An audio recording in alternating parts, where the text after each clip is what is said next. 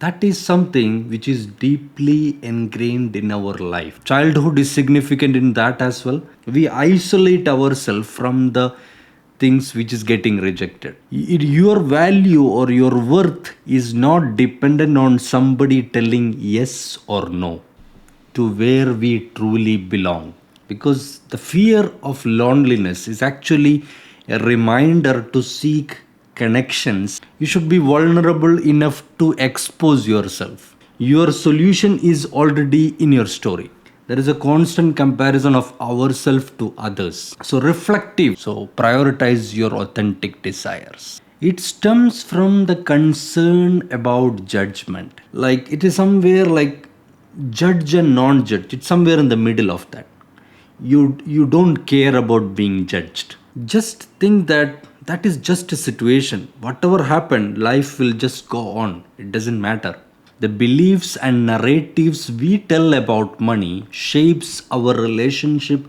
So embracing the regret as a teacher is also very important in the context of fear of ending. Welcome, friends. The healthy state of panic, the fear, what we know, what if we can use that for our benefit? So, fear setting, borrowed from Stoic philosophy, author Farnoosh Torabi is coming to us with a new book. It's more about, she's more into financial freedom and also proactive financial planning and investment is actually a part and parcel of fear. And fear can give us a roadmap and reevaluate our relationship with us, relationship with fear also. And also, it can break free from our limitations. So, somehow, like fear, when you think about fear, you'll come fear of missing out, exposure, fear of uncertainty, then fear of money for sure, fear of failure. All these things are multiple other fears are all there. So embracing that fear and source the wisdom and self-reflection on that. That is essential, or we can somehow transmute it or use it to our advantage, this fear, this emotional power. Chapter 1, Fear of Rejection. That is something which is deeply ingrained in our life. Because even during the very childhood, if a child is seeking something from the parents and he or she is not able to get that, the fear of rejection and that protest is actually a reflection of that. So that is something also, social rejection also. Childhood is significant in that as well. So that leads to avoidance of things, or in relationship with, or avoidance of the situation which reject you. That's one part of the methodology or a strategy we use it. Another one is self isolation. We isolate ourselves from the things which is getting rejected. Both will somehow not going to solve the problem. So the what is the solution? Author is telling, embracing the authentic self instead of seeking conformity. Your value or your worth is not dependent on somebody telling yes or no. That is more important. So that authentic self, that conformity with yourself, that is actually something which we can clear it out. Even childhood it happened, we can clear it out. That. And also, this rejection actually will give us guidance to where we truly belong. So we have a fear of rejection. So maybe we are looking at the wrong people to get it accepted. That's one part. Another is that we have to seek empowerment from ourselves using the self-reflection. This theme is actually coming across in the whole chapters of the book. So maybe I'll repeat that self-reflection and personal growth. Chapter 2, the fear of loneliness. So that can be something reframed for strength and resilience, because the fear of loneliness is actually a reminder to seek connections than victimization. Something like internal resilience and strength. Because if you think that someone is required for you to be surviving, and without them you are going to be a victim of something, then that is something like you are losing your resilience and strength. Instead, if you do the opposite, seek the authentic connection, authentic relationship actually require vulnerability and effort. You should be vulnerable enough to expose yourself. Like you have your ups and downs, gains and downs, and all these things. So, vulnerability and effort is there, then that authentic relation that actually will not gain you fear of loneliness. If you have a fear of loneliness, then examine your narratives or the stories you tell yourself and find the peace within the stories. Your solution is already in your story. So, embracing the discomfort of loneliness to gain resilience and become strong, and which lead to personal growth and freedom and all this. Chapter 3, fear of missing out or FOMO. Maybe we all know that. Maybe we used to come across or tag ourselves because of that. If you see an offer in Amazon or somewhere and you just want to buy it, that's what it generally means. But author is trying to see there is a constant comparison in our society. There is a constant comparison of ourselves to others. That is how we compare. That's why people used to tell that if you live in a rich neighborhood, you are most likely to be unhappy because all of the people are already, you cannot compare it much. But if you live in opposite, that's a different thing. So, root of our unresolved personal matters and social pressures, that is where the FOMO is coming from. So when you have a FOMO, when you have some fear of missing out, examine the motivation behind that, because everybody will be unique on that. Assess whether that is aligning with the societal expectation or a genuine aspiration. That is important. Because if it is societal expectations, you cannot achieve it. But if it is something genuine coming from your purpose of life, then you can channel it. So, reflective, in the sense, deeper insights to your desire. Prioritize authentic desire and aspiration. That is more important for fulfilling life rather than just going behind or checking with someone else, comparing with someone else, and getting conformed with the society. So, prioritize your authentic desires. So, chapter 4, the fear of exposure. So, fear of exposure is universal somehow. It stems from the concern about judgment. That nowadays, because of the social media and all, it has a different aspects of that. But somehow, like we are, even though human being, we are, some are tall, some are short, some are beautiful, lot of dimensions are there. So even what we wear as a dress or what we make as a makeup, all the things somehow have some contribution on just preventing the revelation of the shame in ourselves. So one part for sure that is there, but other way we are somehow don't want us to be judged by something. We feel something is short on ourselves, we don't want to tell. But if we have something more, we will tell about the people. So assess the social dynamics before revealing before exposing yourself. You don't have to expose yourself in front of everybody. Like, find this is the right stage or not. Discernment, that is important. Discernment in the sense, like it is somewhere like judge and non-judge. It's somewhere in the middle of that. You don't care about being judged. Like somebody who is don't care whether they consider themselves as successful or non-successful, beautiful or ugly, whatever is the case. So that discernment is more important than that. That will actually overcome the fear of exposure, because we have somehow ingrained to that. We are vulnerable to getting exposed. Most of the time, maybe like when we have a dating relationship or something is there, most of the time we will always try to share our good thing. We are having a fear of exposure on that. Later on case it will expose. All such things are there. So be discerned about being exposed. Just be open and authentic and share the vulnerability when that is the right stage. That way you can just overcome and be you and be fulfilling life on that. So, chapter 5, fear of uncertainty. Usually, we try to find order in disorder, but the whole universe is chaotically unpredictable and disorder. If you follow quantum mechanics and all that, you feel that. So, despite efforts, life is unpredictable. So, pause, reflect, and gather information.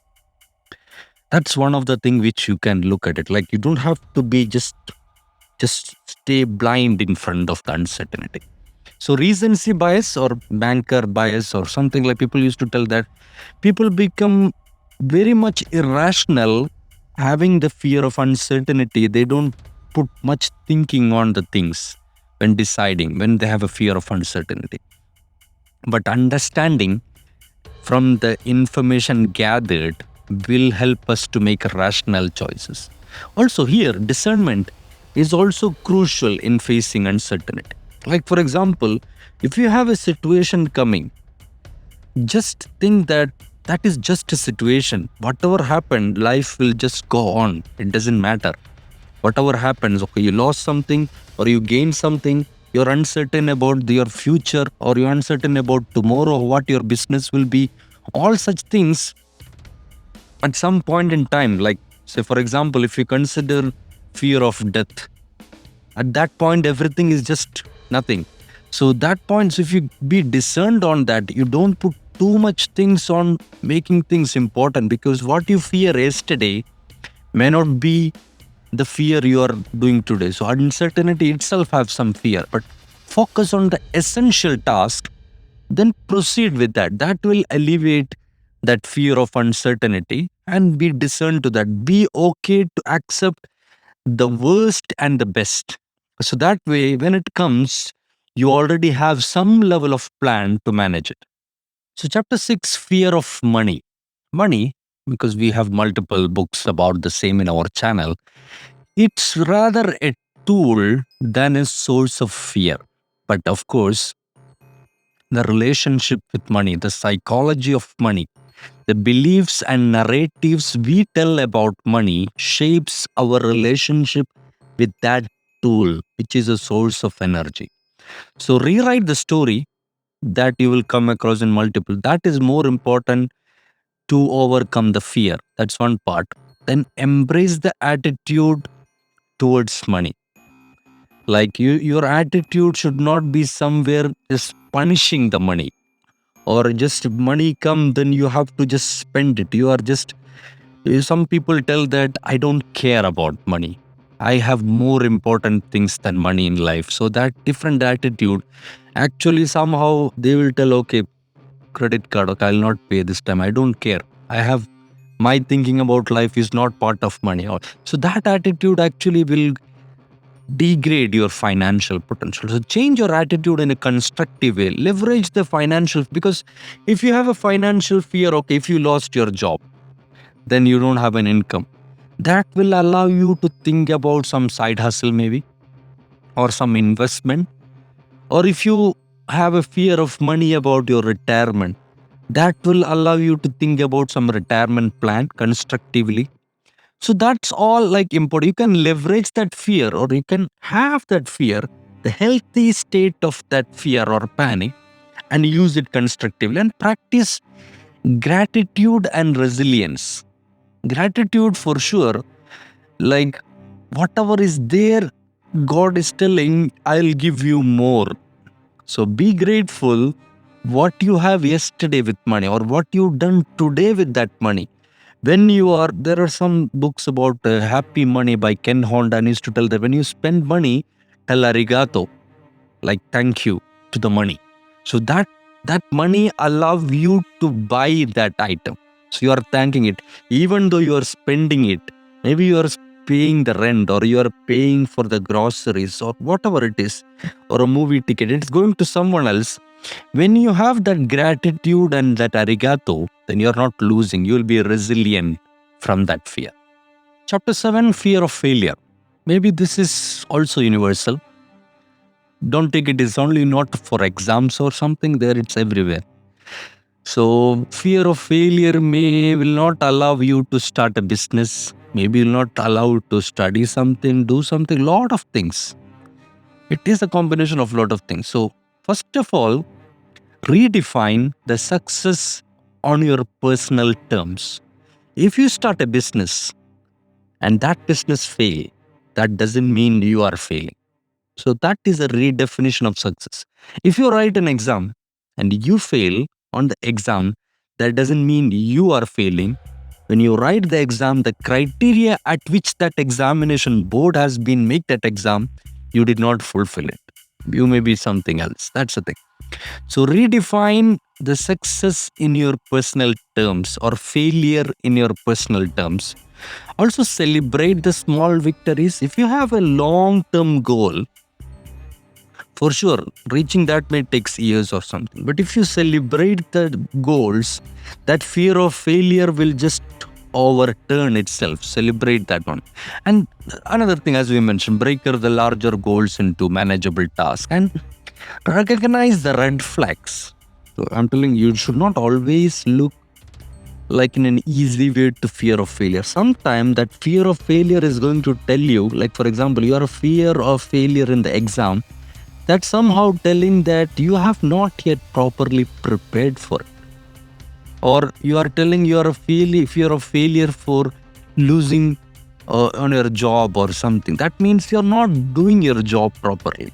You get the point? So that red flags is important. Embrace the mistakes. That's important also. Like try to embrace the mistakes so that you will not repeat that again and you can just overcome that fear of failure. And naturally, lastly, seek assistance from mentors. Mentors can be like friends, other things, relations, also even the books like this or a lot of things. It doesn't necessarily have to be someone alive. Whatever is the source of wisdom that is going to help you, visible or invisible, tangible or intangible mentors will help you to gain that. Even though a point which is important for me, or I mean, not very important for me, will be very much important for you. That's one of the main reason we are making this book summary. Maybe we read something from the book, we are explaining to you, but maybe that information will change your life if you have that information. Because we all come across such lack of wisdom on a timing of the wisdom or not receiving it. We have a lot of challenges. We would think that if I know this, I would have done much better 10 years before. A lot of things people used to tell like that. Chapter 8, fear of endings. Fear of ending is something also like a common denominator. Appreciating what endures, because our brain especially is hardwired to think like everything is happy ending. Like author is explaining about his miscarriage of pregnancy and all. Like when people get pregnant, our happily thinking is that it will deliver as a boy or a girl, or I'm telling a child. Then that child will grow to become someone's I'm telling everything we want happy ending. So if there is a fear of happy ending, some people used to tell that, but don't smile because something bad is going to come soon. Like, so we don't want fear of ending something, like ending of a job or ending of a worst case scenario for sure. If you would think about it like a death, but a lot of other things can end also prematurely. So embracing the regret as a teacher is also very important in the context of fear of ending. Self-inquiry and reflection for sure. And compassionately explore how this fear shapes the experience of transition and change. That's also important. Like, for example, you met with someone unexpected, something unexpected or ending in it can be your relationship. Maybe it's a divorce or it's a miscarriage. A lot of things. It can end not in a way you're not expecting. But compassionately explore how that fear shaped the experience. Like people can take good things from an experience and bad things from it. Fear as natural with courage and curiosity. If you think that people with courage, people with curiosity, they don't have fear, it's not the case. Fear is there universal. That is actually from the Paleolithic age to nowadays, even in the chimpanzees and all, when there is some research telling that when they have in a tribe and all, some of the chimpanzees, they stay on the outer perimeter, and the research is telling when they remove those people, that whole thing will get extinct. So they are required for survival. So I'm telling that protection is there. Also, many positive psychology tell that fear of death, just because if you read Think and Grow Rich and all, it's talking about such thing. But research is telling if you fear about death, then that actually your fear, that will allow you to productively make use of the time, like what Steve Jobs told us, like a lot of other things. So try to be constructive, or you should value and appreciate the moment. Most of us think or live in a way that we will not die, and at some point in time we'll die also. So if you are born, you are going to be died. So just try to take that constructively and fear and reflect from that fear. Chapter 9, the last one, the fear of losing your freedom, which is a little bit tricky word. It's more, maybe you'll think about more about politics and all, but I'm not going there much. Still, an infringement of liberty and all can be called like that. But here, like if someone, or for example, your friend is just raising your voice with you, you will think you are losing your freedom. Or a kid just not able to just do or just go for play instead of doing homework, they feel that their freedom is threatened. So that's the situation we have in terms of thinking about freedom. So losing your freedom in multiple ways, like it can be like when a spouse is going for work and lot of things, like maybe someone is telling better you don't go there, because maybe your parents or grandmother, they feel that that is a vulnerable position, but you feel as a teenager that okay, going there is my right, I have to do that. Or if you are just dating with some lot of explanation you can see.